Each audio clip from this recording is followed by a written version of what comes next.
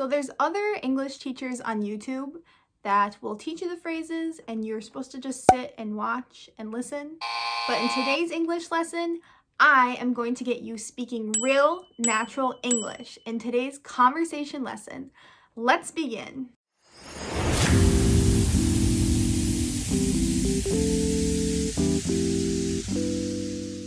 Welcome back to English with Kayla.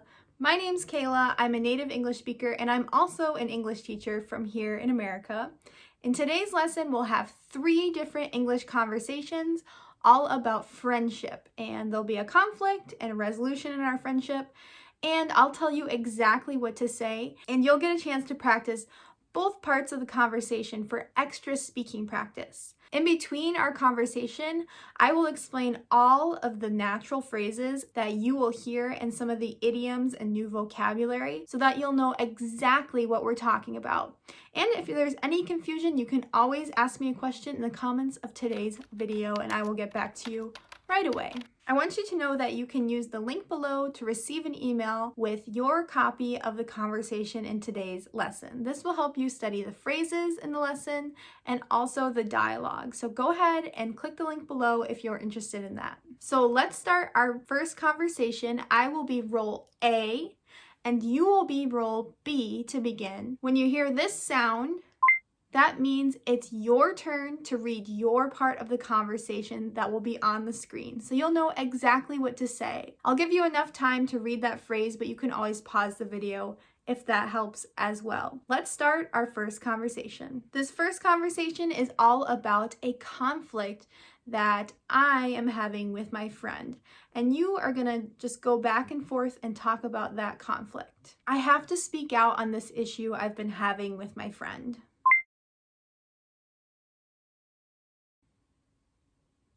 I just really want her to start taking responsibility for her mistakes. Like yesterday, she forgot to pick me up after she promised she would.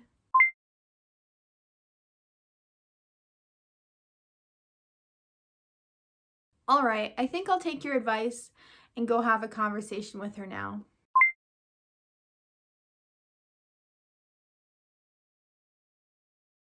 Great job on our first conversation.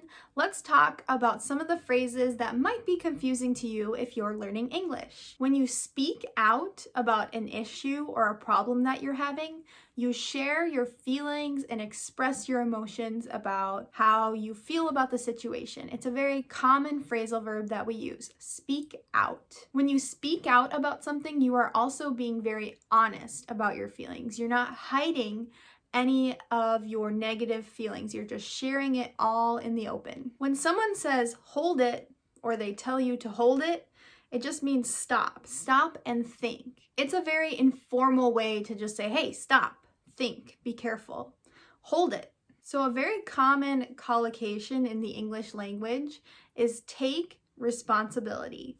To take responsibility. When you take responsibility for your actions, you really admit that they are your fault, or if you take responsibility for something good, you're taking credit for it. So if you take responsibility for something, you're either acknowledging that it was your fault and your mistake, or if it's something good, you can say, I can take full responsibility for that. That means you are taking credit for something. A common phrase we use in English is in private. In private is the opposite of in public. When you do something in private, you do it when nobody is around. There are just some things that are better done in private rather than in public. It's kind of like keeping it a secret and not sharing it with everyone. When we talk about advice or the opinion that you either give someone or you take someone, that's a very common way to say it. We take advice. I can take advice from my mom. I can take advice from my friend. I can take advice from you if I want to. So when we take advice from someone, we're listening to their opinion. And when we give advice to someone, we're obviously giving someone our opinion. When you tell someone you've got this, it means you are confident in them and you're just sharing that confidence. You're encouraging them. It's a really common way to encourage someone to say, you've got this. So when I tell my students they can speak English, they can improve their English, I say, you've got this. Now it's time to switch roles. I will be person B this time, and you will get a chance to practice the dialogue for person A. Remember, when you hear this sound, it's your turn to read the text on the screen and practice your part of the conversation. Let's go.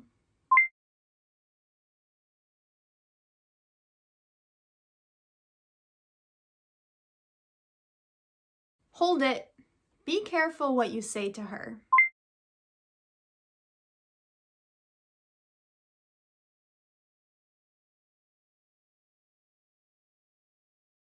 I think if you tell her in private, she will respect your opinion. She really looks up to you.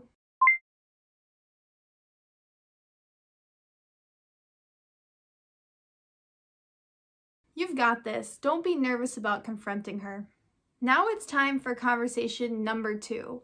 I call this conversation the confrontation. It basically just means that it's a bit of an argument. It's a bit of a hostile conversation. Let's get started. I'll be person A, you be person B, and then I'll explain the natural phrases in the conversation as usual. Here we go. Hey, I've been thinking back on what you did yesterday, and I wanted to have a conversation about it. Well, I don't want to get into it too much, but you need to start taking responsibility for the mistakes you've been making lately.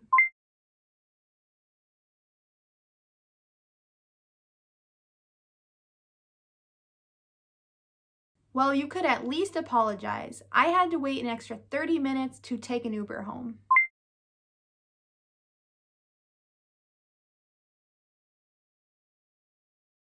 Do me a solid and text me next time to tell me you have too much going on to help out.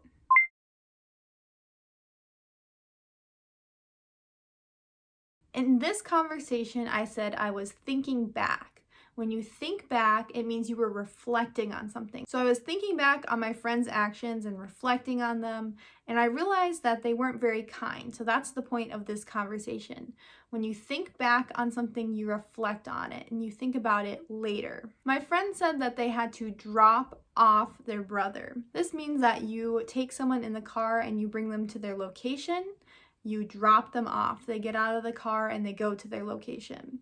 So if you're dropping someone off, you drive them to where they need to go and let them out. This is a very useful English phrasal verb. Make sure to add this one to your vocabulary. When something slips your mind, or you said in the conversation, slipped my mind, it means you forget it. It's like it slipped out of your mind. You can picture it as slipping out of your ear, as if you lost the information. Often when we forget to do something, we say, sorry, it just slipped my mind.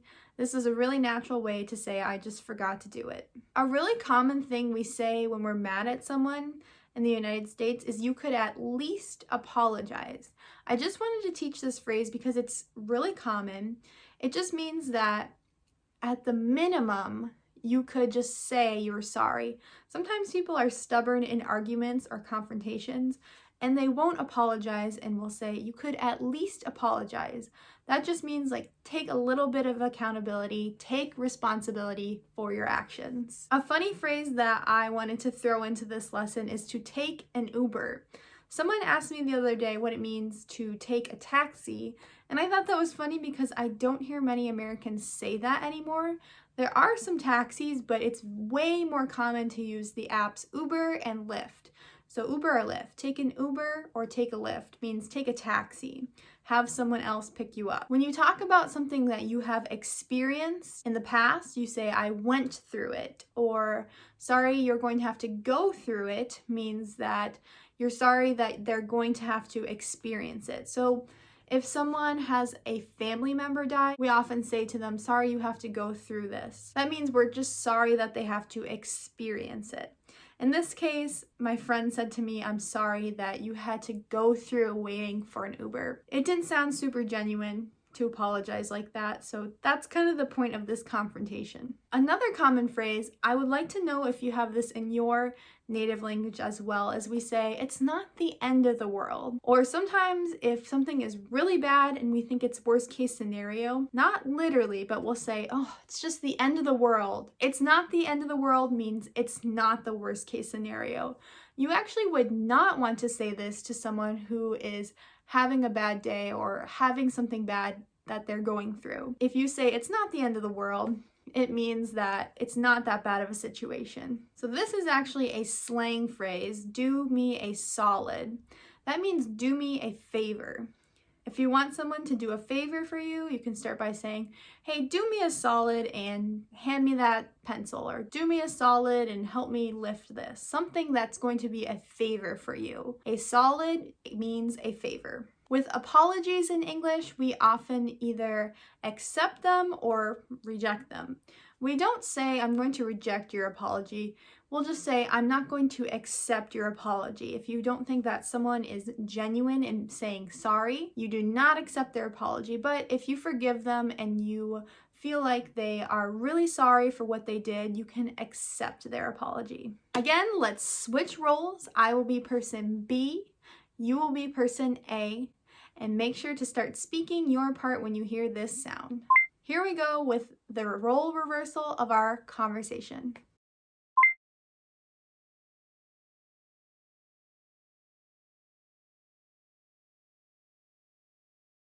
Go ahead.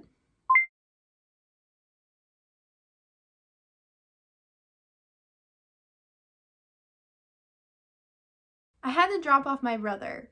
I had so many other things going on, it slipped my mind.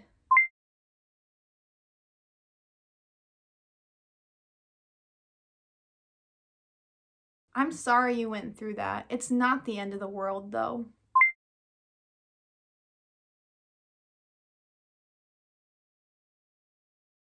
Look, I am sorry, and I hope that you accept my apology. Just think, maybe yesterday you didn't speak any English, and today you've already had 2 conversations with me. Let's keep going in this lesson and have a 3rd conversation with the resolution to our conflict. That means the solution to the friendship problem.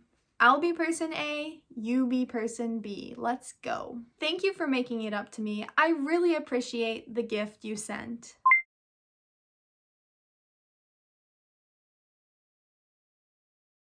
You are so thoughtful. Let's celebrate our friendship by getting dinner together. That won't be necessary. You've done enough already to make it up. Let's try some new food. I'm dying to try that new sushi place. Time to explain a few more natural English phrases to you. When you make it up, or if you're making it up to someone, it means that you are kind of apologizing with your actions for something bad that you've done. So if you make a mistake and you want to make it up to someone, maybe you can do something nice, you can get them flowers or chocolate, or maybe just writing them a kind note will make it up to them. It's like an apology with your actions if you make it up. We also use this phrasal verb if we forget to turn in our homework or an assignment for work. We'll say, I have to make it up, meaning you have to do it at a later date. Also, if you miss a day of work and you have to go work on the weekend, so here in America, that's Saturday or Sunday, to make up that day, you'll work on a Saturday or you'll work on a Sunday. You work extra later for what you missed before. You make it up. When you tell somebody to prove it, or that they need to prove it to you that they're sorry, it means that you need them to really show that they're sorry. So in this case, the person made it up and they proved that they're sorry by giving me chocolate. Chocolate is my favorite, so that would really make it up to me, and that would prove that you're sorry if you got a nice gift like chocolate. Sometimes instead of saying that we will pay for the meal or we'll pay for something, we'll just say, I'll buy. I'll buy means that I will buy it. It's just a really short, really natural way to say that you are going to take on the expense for whatever it is. In this case, the dinner, you said, I'll buy. Sounds good to me. Often when we think that someone has done so many nice things that we don't want them to do anymore, it will make us uncomfortable. We just think that they've shown their love, they've shown their appreciation, and they want to do more. We'll just say, it's not necessary. Like, you don't need to do anything more. You don't need to buy me anything more. You don't need to do anything more. You have done enough. And the phrase, you've done enough, means that you have done all you can do to be nice. But also, if you say you've done enough, it can mean that you've made so many mistakes that I don't want you involved again. So it can be good or bad if you tell someone that they have done enough. It just means that you don't need them to do anything more. A very dramatic and common way to say that we want something is to say, I'm dying to have it. Or in this case, I'm dying to try it. Are you literally dying to try a new sushi place? It's causing you pain? No. It's just a figurative expression that we add in to say, I really want to do it.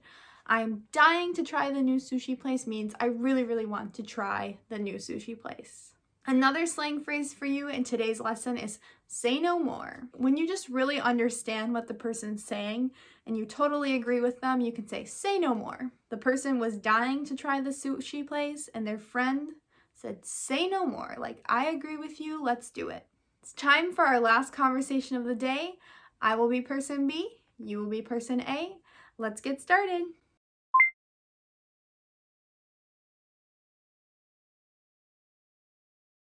I know that chocolate is your favorite, and I really wanted to prove to you that I was sorry.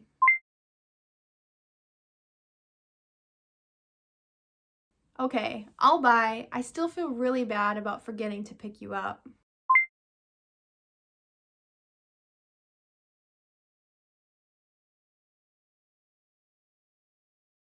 Say no more. Let's go. Not only did you get to learn some new native English phrases in today's English lesson, but you practiced 3 different English conversations with me, your speaking partner. So thank you so much for watching today's lesson.